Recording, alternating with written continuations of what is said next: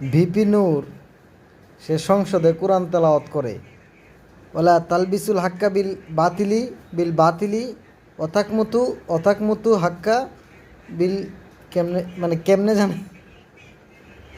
একজন জাতীয় নেতা তার তেলাওয়াত শুনলে হাসি পায় এবং আফসোস হয় যে তার মা বাবা ছোটবেলায় তারা কি শিক্ষা দিয়েছে।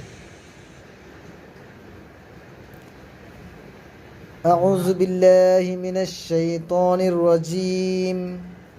বিসমিল্লাহির রহমানির রহিম।